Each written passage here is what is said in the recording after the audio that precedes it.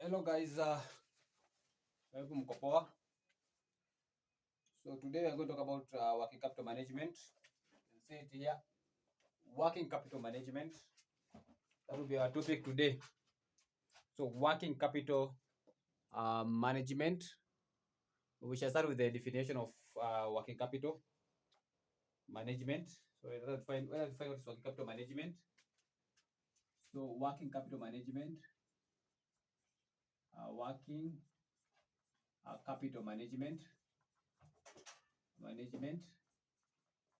So we define what is working capital management, and we say it deals with the management of current assets. So this refers to the management of current assets and current liabilities. It deals with the management of current assets and current liabilities. As you can see, the definition of the working capital management refers to the management of current assets and current liabilities. Remember, we are dealing with current assets and current liabilities. So anything beyond current assets and current liabilities will not be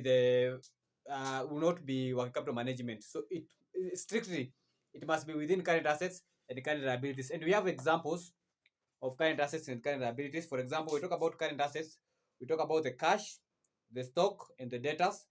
And when we talk about liabilities, we talk about the maybe the payables of the company, the payables or the short-term liability. So let's give the examples. So those are the examples you can see there. So we have the stock, the debtors, and the cash. So those are the examples of current assets. So mostly when we shall be doing this topic, we shall be concentrating. We shall be concentrating with the current assets and current liabilities only. So anything beyond those items, we shall not concentrate so much in them. So let's see the determinants of working capital. Determinants of working capital or the factors which influence working capital. So determinants of working capital or factors which influence working capital needs. Let us see some of the examples or the factors of the working capital. So the determinants of working capital. So determinants of working capital or the factors which influence the working capital need. We have several of them. So we shall just name just few of them. So number one, we have the size of the company. So size of the company.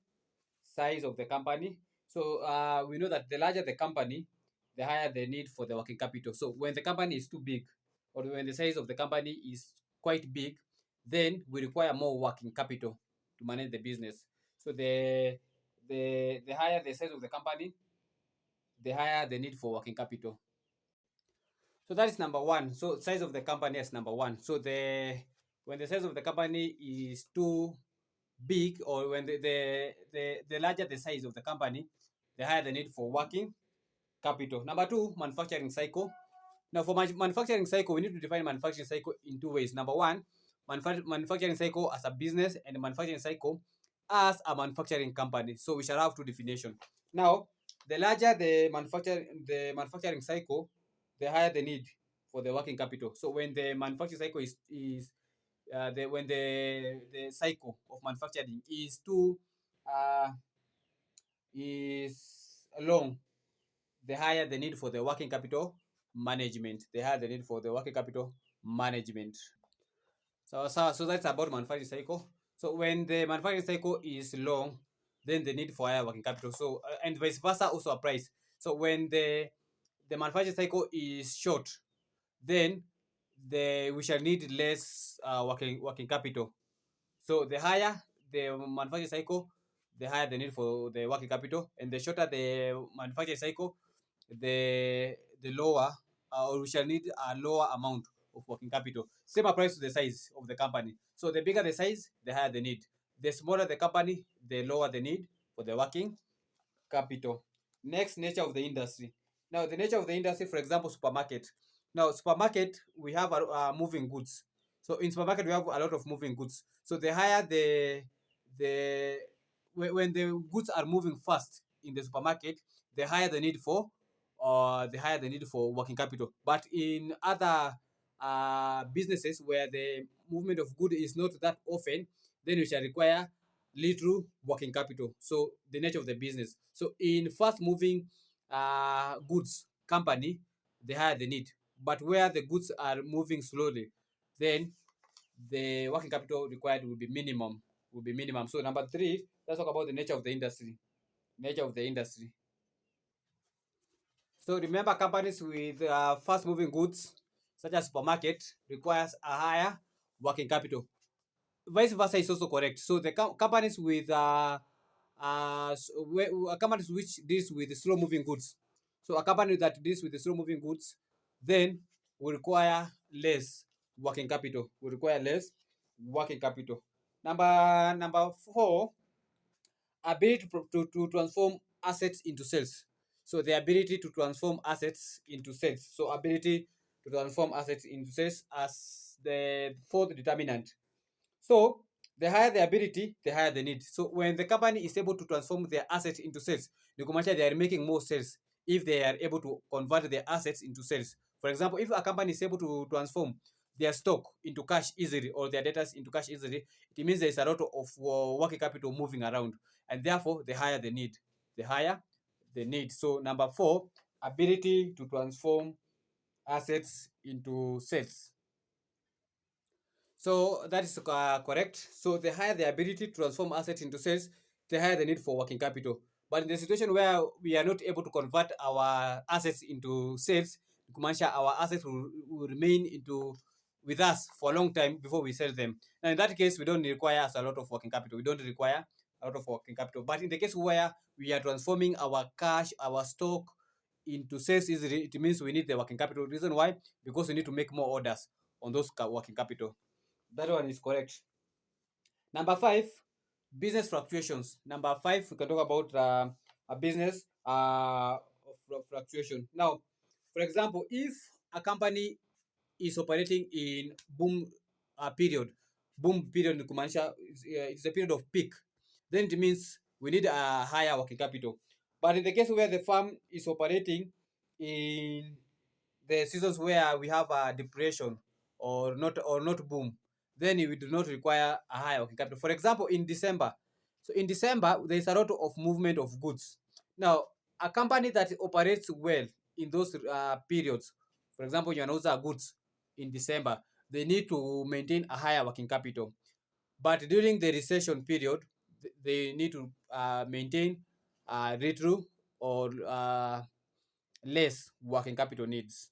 So let us cite number five, business fluctuation. Number five, business fluctuation.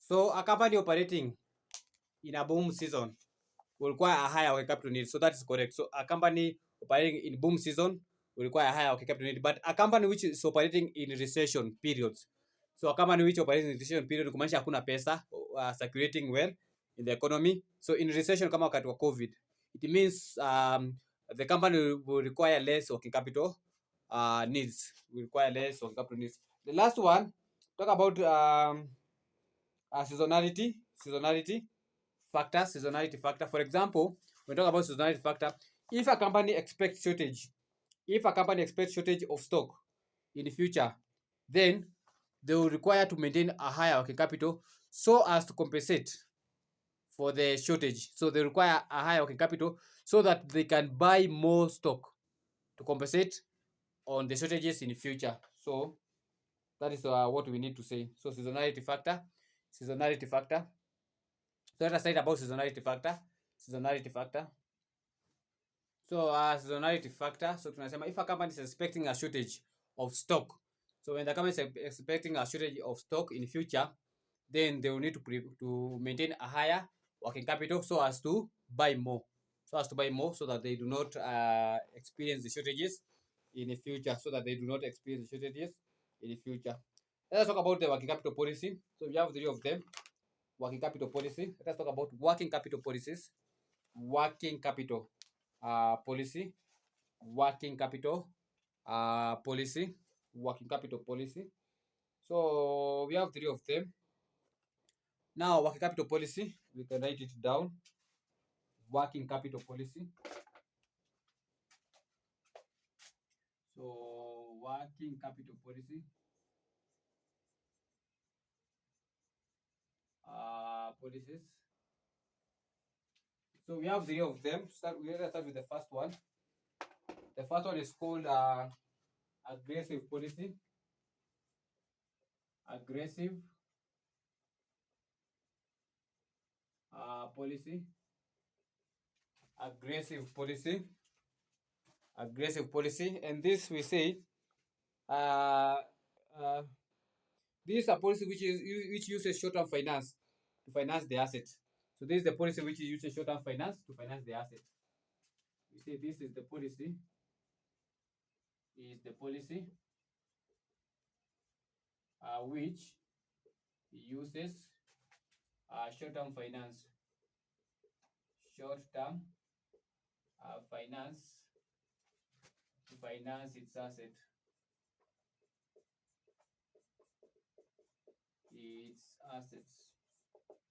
So that's what we call the aggressive policy. That one is correct, and that one tumeona. So the main objective is to maximize on profit. So the main objective is to maximize on profit. So the main objective is to maximize on profit. Is to maximize on profits. So that's number one, the aggressive policy. Aggressive policy. Hiyo tumeshafanya iko sawa. Aggressive policy.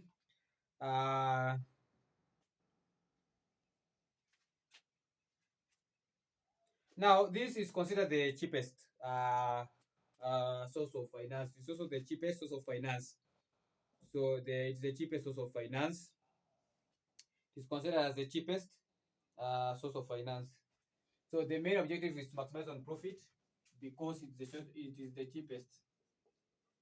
Because it is the cheapest source of finance. Source of finance. So it is the cheapest source of finance. It is the cheapest source of finance. I think tuko sawa hapo. Can you go to the next one?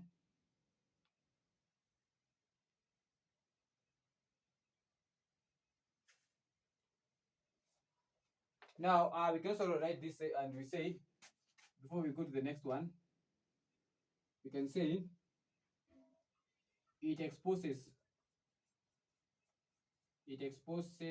the company into liquidity risk. It exposes the company into liquidity risk. So it exposes the company to liquidity risk. Reason why? So why do we say it exposes the company to liquidity risk? Now, because of short-term repayment period. So it exposes the company to liquidity risk because of short-term repayment period. Repayment periods. So there's a risk of liquidity. Reason why? Kwa sababu unalipa kila wakati. It's a short-term payment. So it's a short-term payment. So when you pay on a regular basis, kumaanisha unaweza jipata umemaliza pesa yote because of the regular payment, and therefore we shall end up into what we call the liquidity risk. Liquidity risk. So but it's a good form of finance because it is considered as the cheapest. Number two,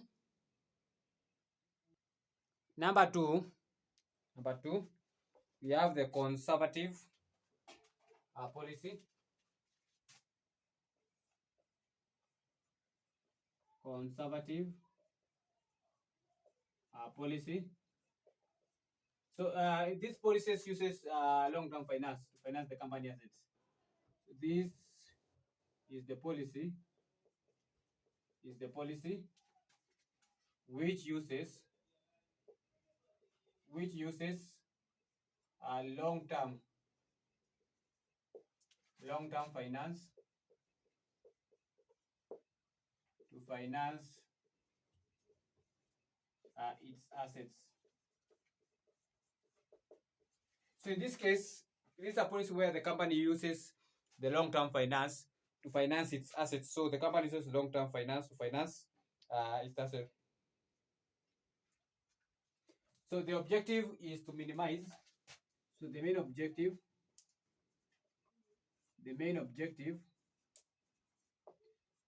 is to minimize. So the main objective is to minimize and preserve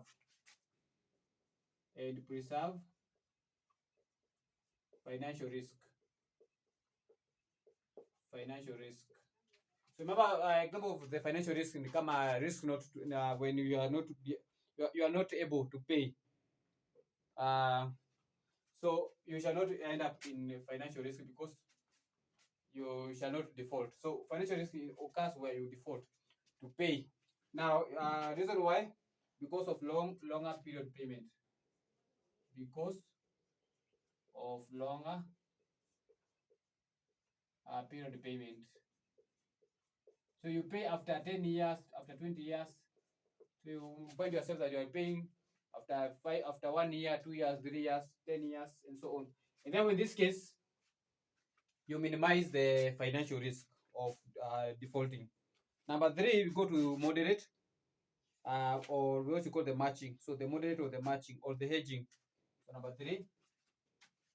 three, moderate. Other people call them matching. Other call them hedging. Hedging policy. So this is where it uses both short-term and long-term finance.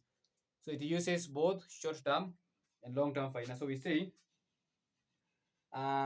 this policy uses a mixture of short-term and long-term finance to finance its assets. So we say this is the policy. This is the policy which uses both short-term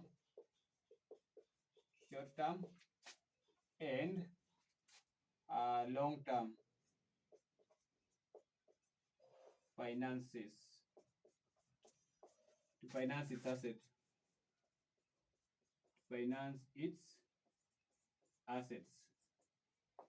So this is a method which uses both short-term. So it's a method which uses both short-term and long-term finance. So it's a method which uses both short-term and long-term finance to finance its assets, to finance its asset. I think that one is okay. That one is fine. We can talk about classification. So talk about classification of current assets. Classification of current assets and working capital. Classification of current assets.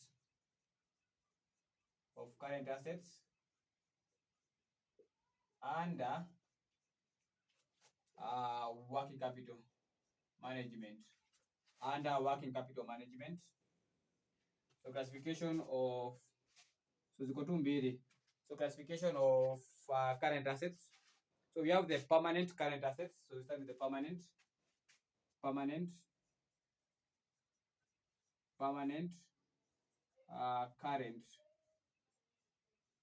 assets. Permanent current assets, and we say these are current assets which stays in the company for a period of more than 1 year. So these are the assets. We see these are the current assets.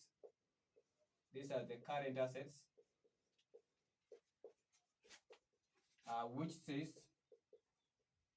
stays in a company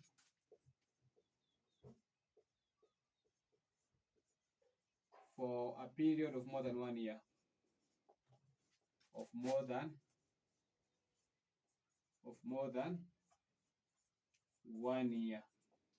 For a period of more than 1 year. Number two, you have the temporary or fluctuating current assets. So temporary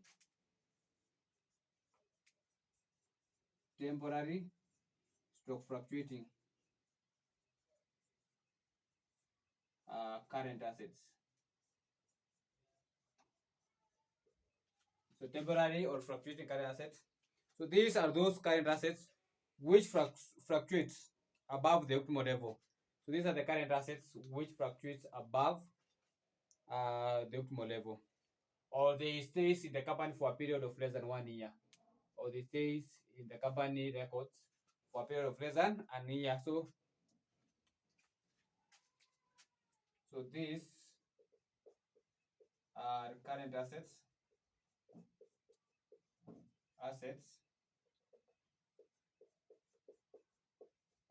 which, so we can say these are current assets which fluctuates above optimal level, which fluctuates above optimal level. So you can just say these are those current assets which are there for less than an year, which are there for less than an year. So for less than an year, we can do a question. Let us look for a question. We do it together. Let's look for a question. We do it together. So a question. So let's go to this question for November 2019, question number 2B. So November 2019, question number 2B, November 2019, question number 2, boy. So November 2019, question number 2, boy. Maua horticulture. So the question is about Maua horticulture. So Maua horticulture runs a flower export business. The company has two sources of funds at different rates. So we have the finance cost for short-term funds, 20%, while the long-term funds of 25%. The costs are expected to remain constant over the next 2 years. We have the following are the projected monthly working capital requirement for the company. So kutoka January mpaka December. Require number one, the average monthly permanent and seasonal working capital requirement 6 marks. Number two, total cost of working capital finance for the company under aggressive. Remember, under aggressive in the short term finance. Number two, under conservative, which is for short term, and number three, under matching policy, which is both. And then advise the company on the working capital policy to adapt. So you adapt the one which has the minimum cost.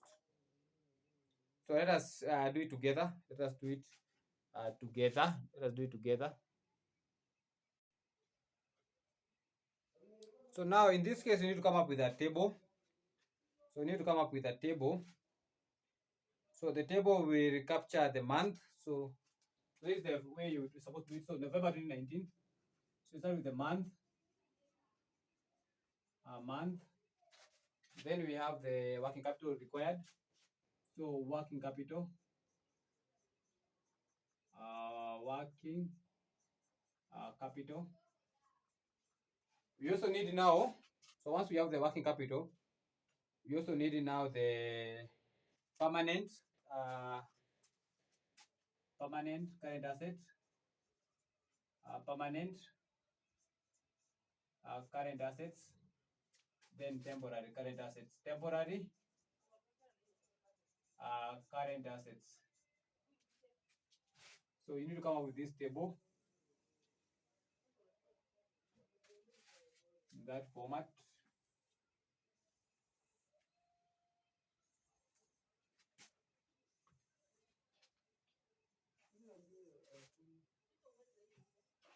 So tunaanza na January.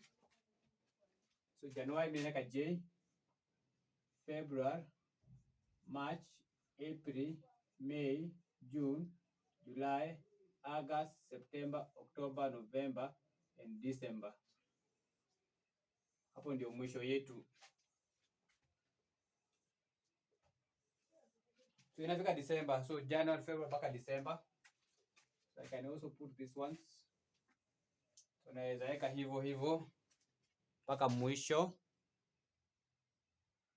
So that's the table you can see. So nimeweka direct. So if you go to your question, you can confirm the item of the working capital. Nime copy paste from the question. Then once you copy paste the items from the question the way it is, now we can fill the item for permanent current assets and the temporary current assets. So that 5,000, that 5,000, 52,500, 70,000, 105,000, 157,500 to 10,000 to 42, 500, 157,500, 187,500, 70,000 na 52, 500. You confirm that one. Then permanent current assets. So I'm a permanent working capital. We call them the permanent working capital or the permanent current assets is the minimum of this amount. So kwa hiyo yote the minimum value is the permanent. So in this case, the minimum value is 35,000. So 35,000 is the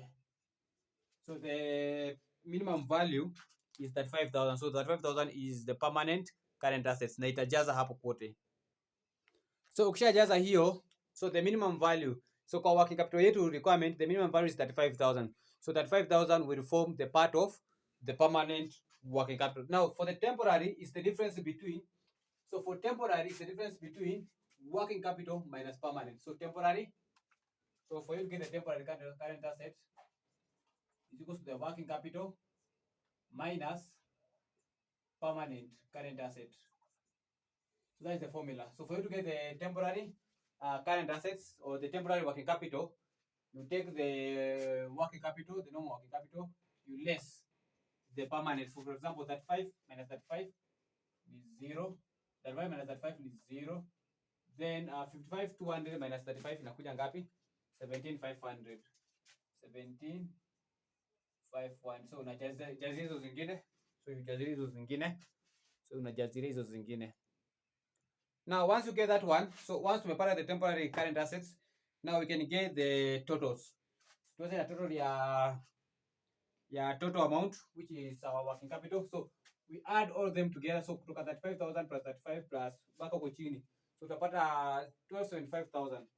This one is 1275,000.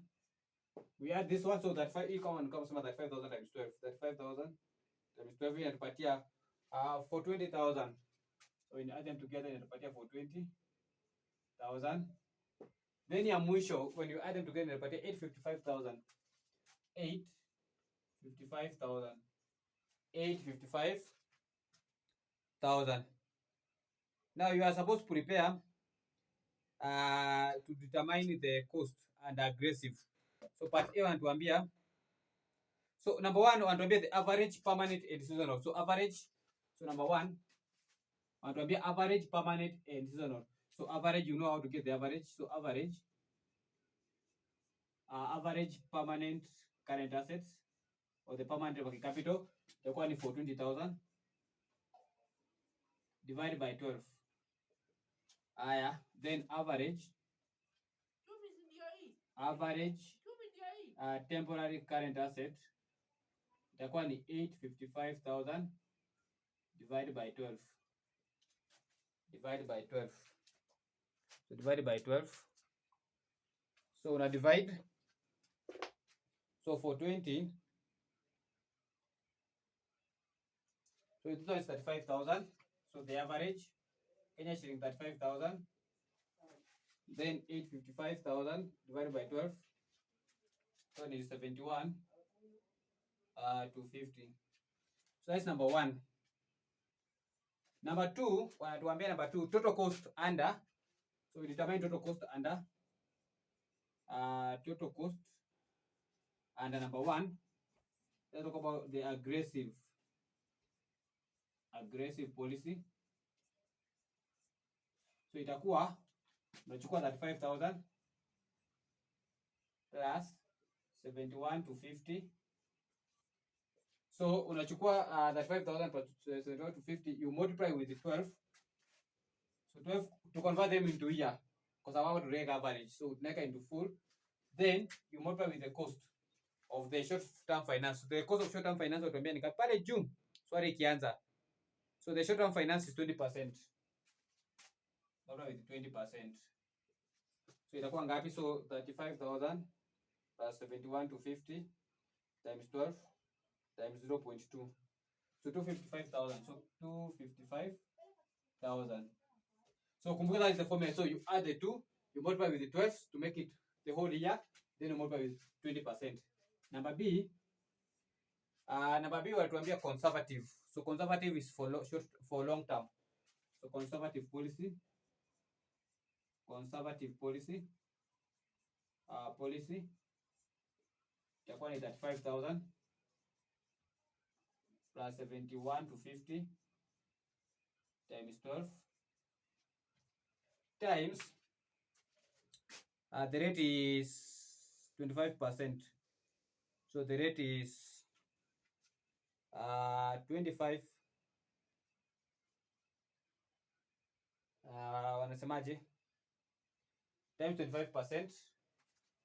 Yes, itakuwa sawa hivyo. So itakuwa ni 35,000 plus 71 to 50 times times 12 times 25%, 0.25, 318 to 50. So Kenya shillings 318 to 50. And then number 3, tunafanya the last one, the matching or the hedging policy. Policy. Now this one it require a different approach. So utafanya kando kando. So we shall do it kando kando. So utasema 35,000 times 12 times the, so tunataka in the whole year, so which is for 20 actually. So times ngapi? Now we are supposed to multiply it with, so we are supposed to multiply it with the cost of the short term. So average the permanent inaenda na the long term, sorry. So the permanent inaenda na the long term. So permanent goes with the long term, which is 25%. Then we add, so you unafanya kando kando. So unachukua 71 to 50. 71 to 50 times 12 times, then ningeweka tu hivi kaa hivyo isitusumbue bure hivyo, na pia hii iende hivyo. Now 71 to 50 times 12. Now so the average temporary inaenda na 20%. 20%. So ukishafanya hivyo, hiyo story umemaliza. So ukishafanya hivyo story umemaliza. So 35,000 times 12 times 0.25 plus 71 to 50 times 12 times 0.2. Napata 276,000. 276,000. So that marks the end of that question. Now we are required to give advice. Which policy is the best? So the best policy is the one which has the minimum cost. So best policy. So which is the best policy? So let us give advice. Advice. Pick aggressive policy.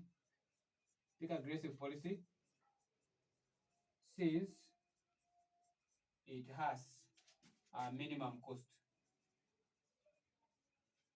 Minimum cost. So pick aggressive policy because it has a minimum cost. Pick aggressive policy because it has a minimum cost. So pick aggressive policy because it has a minimum cost. Because it has a minimum cost. Because it has a minimum cost.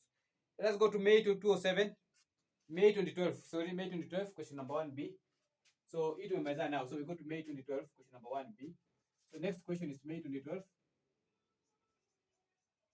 May 2012, question number 1, boy. May 2012, question number 1, boy. May 2012, question number 1, boy. Question number 1, boy.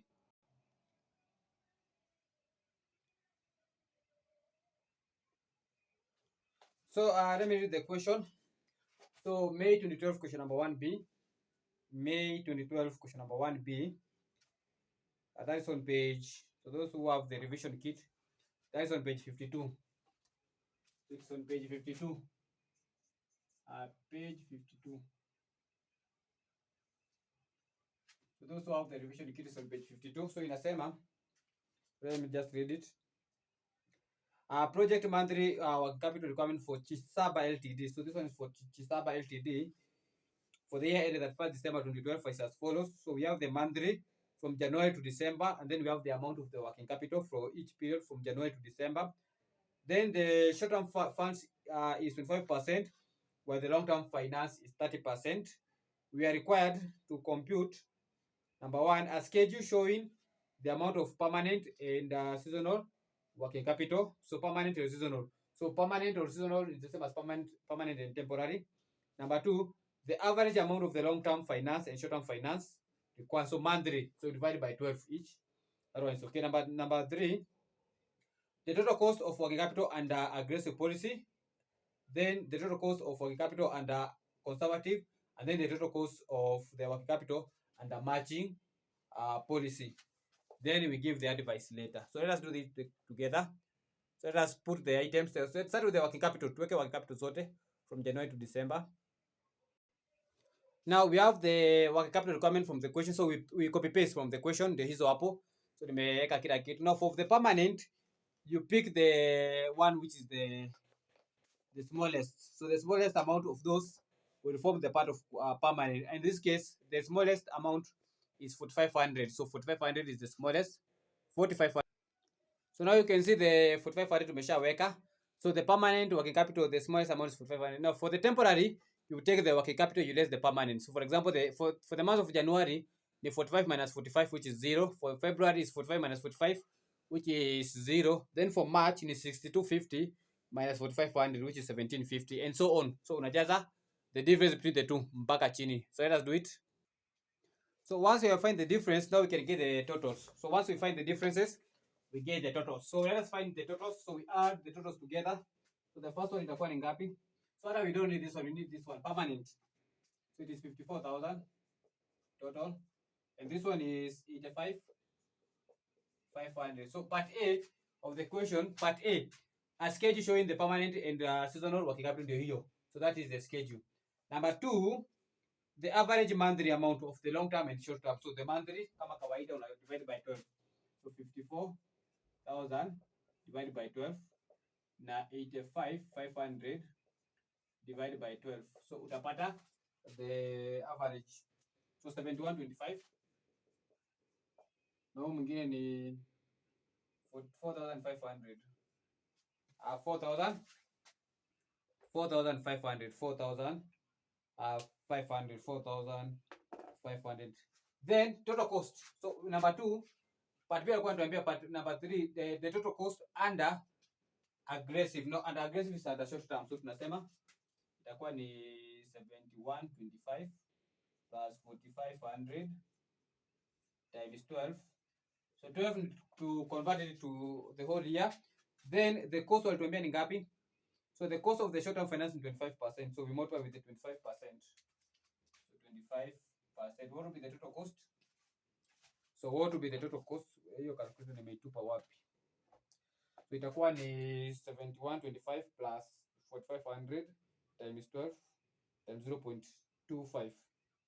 Napata 34,875. 34,875. So Kenya shillings, 34,875. So remember it is in Kenya shillings. I have conservative kama kawaida pia. 7125 plus 4,500. We multiply with 12, but remember that now the cost for long term is 30%. We multiply with 30%. So 7125 plus 4,500 times 12 times 0.3. Napata 41. So Kenya shillings 41 850. 850. Then tunamalizia ya mwisho the matching. Tunamalizia ya mwisho which you call the matching. So the matching unafanya kando kando. Tunaanza na 7125 times 12 times. Now matching 7125 require 7125 require permanent which is na 30%. Permanent ni the 30%. Permanent ni 30%. And then average in the short term. So 4,500 times 12 times 25%. So itakuwa ngapi? So 7125 times 12 times 0.3 plus 4,500 times 12 times 0.25. Tunapata 39. Let me repeat. 7125 times 12 times 0.3. Iko wapi? Let's check 7125 sawa sawa. Plus 4,500 times 12 times 0.25. 39,150. Unapata 39,150. So advice, kama kawaida, pick aggressive because it has the minimum cost. Pick aggressive. So aggressive mostly is the favorable since it has lowest cost. So pick aggressive since it has the lowest cost. So pick aggressive because it has the lowest cost. So pick aggressive because it has the lowest cost. Because it has the lowest cost. Now we can do another one. Another question. That question was tested in, let me check. It was tested in a particular setting here.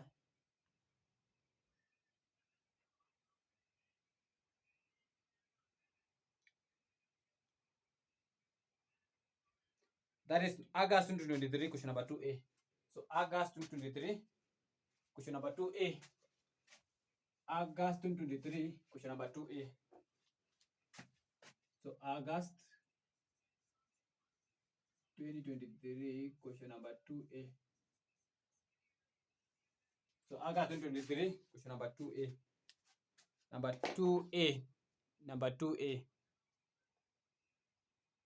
So allow me to read the question. So the question inasema question number 2A part 2.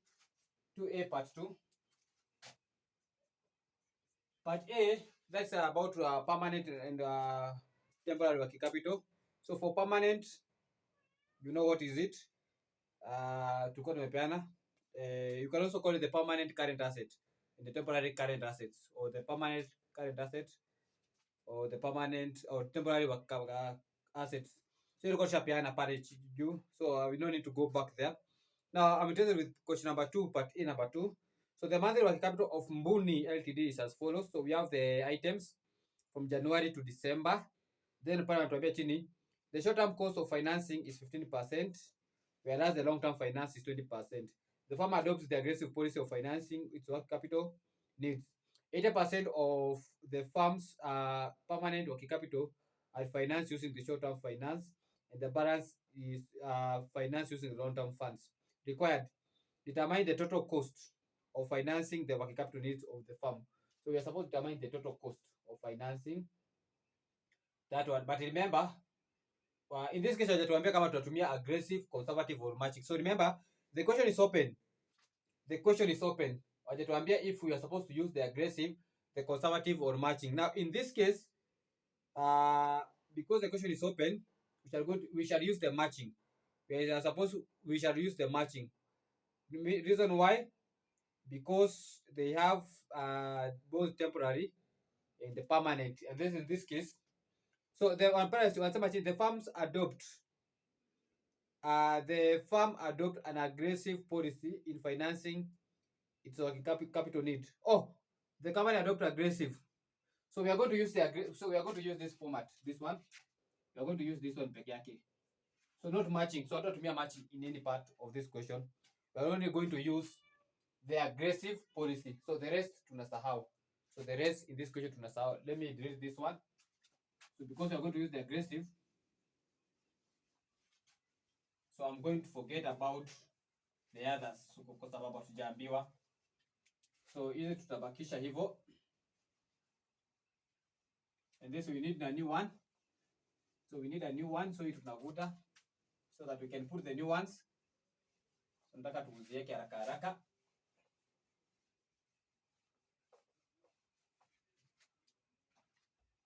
So let us put the items. So we have the question there. So let us copy paste.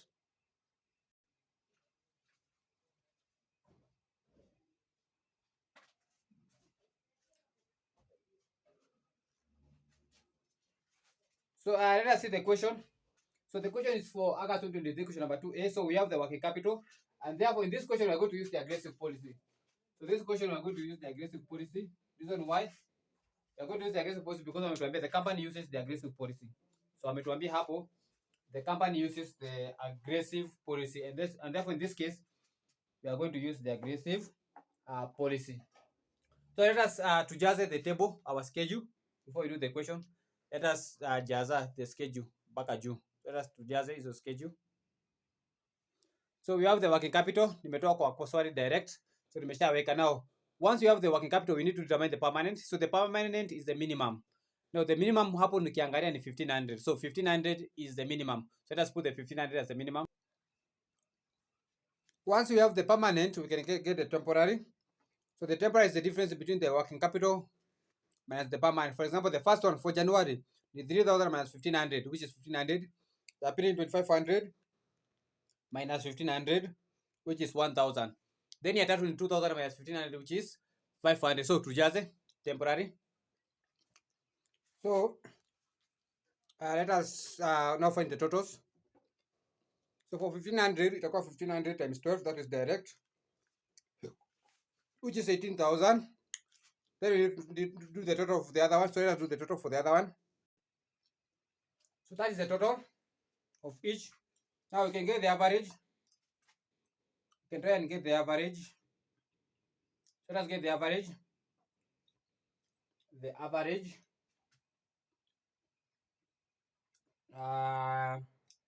Let me count and check again. So 1500 plus 1500 plus 500 plus 200 plus 300 plus 1300 plus 1700 plus 2000 plus 2100 plus 2300. Ala. Nimefanyaje? Oh, this one is 200, nimeweka 200 baada ya 2000. So inakuwa 13,400. Sasa is okay. So inakuwa 13,400. So let us find the average. So itakuwa 18,000 divided by 12. So and then itakuwa ni 13,400 divided by 12. So divided by 12 here inakuwa ni naweka in decimal. Itakuwa ngapi?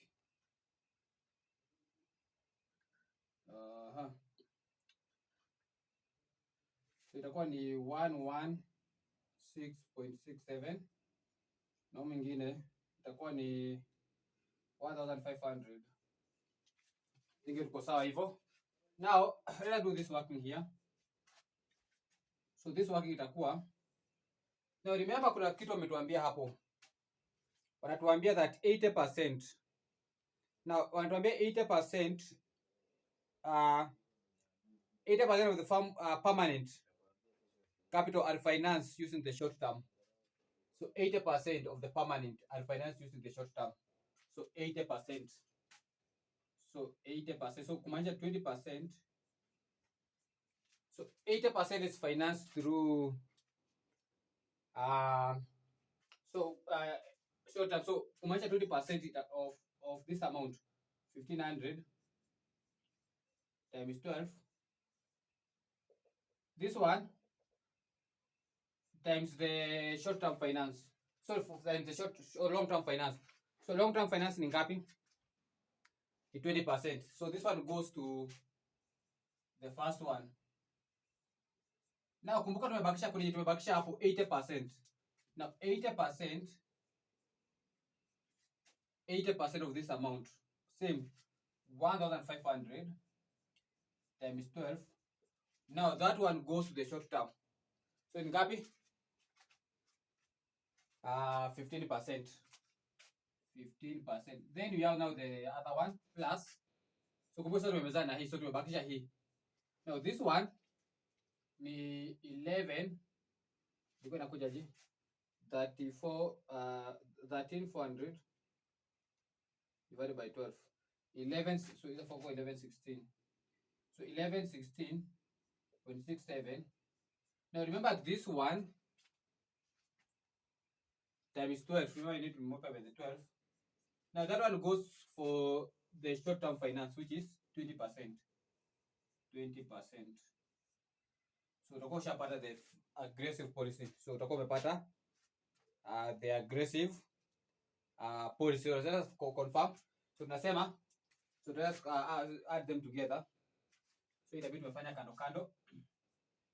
So times 12 times 0.2 So we have 2680 plus ile ya kwanza ni 0.2 times 1500 times 12 times 0.2.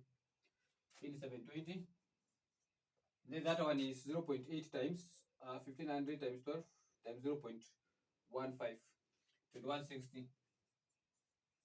So the total cost itakuwa ngapi? So 720 plus 2160 plus 2680, 5560. 5560. 5560. So 5560.